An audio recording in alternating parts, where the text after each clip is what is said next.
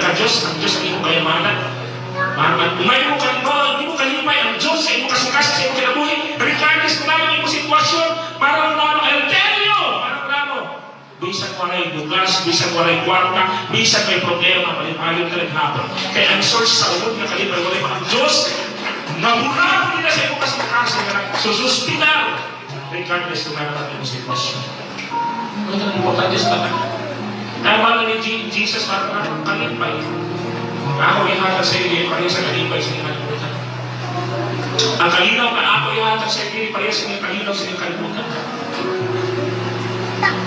Kung di ang iyong kasikaso, dito mataawas ang burapo na siya na kalipay. Tumulit ang para pamanalo, matalino at kalipay, si Jesus na matahatan. Amen? Of course, the second thing, desire to get rich with the treasures that will make us love God. Desire to get rich. Like I tell you kanina, dapat yumaman kita. Dapat makasensyo na, dapat mag-uswag kita, dapat din manatilig na sugal na sige. Amen? Amen? Kung wala pa kayong gusto, yumaman, hallelujah, sa biyaya ng Diyos at sa tulong ng Diyos, yayaman tayo, aasensyo tayo. Amen? Desire to get rich with their treasures. Pero that will make us love God more.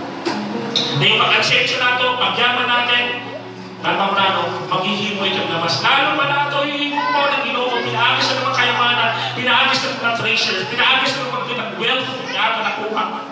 Kasi tagayaman din, parang ang pinaka-the best, parang masanta kung yaman ka, magpayaman din sa mga magpupay ng pabuhat.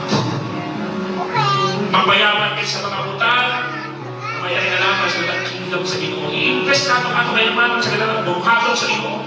Pero parang namin itong i-investment nato magalas sa eternity. Amen? Because everything best sa kingdom sa Ginoo. Sabi ng 1 Corinthians 15:58, magpakasipag kayo para sa gawain sa Panginoong yabang, alam ninyong hindi masasayang ang inyong pagpapagal para sa Kanya. Katanan na ato pagpapagal, katanan na ato sakripisyo, katanan na ato mo pertaining sa ilang kingdom sa Ginoo. Mga kanano, dahil kinagpanos, we will be rewarded. Amen. Alam, praise God, salamat sa Ginoo.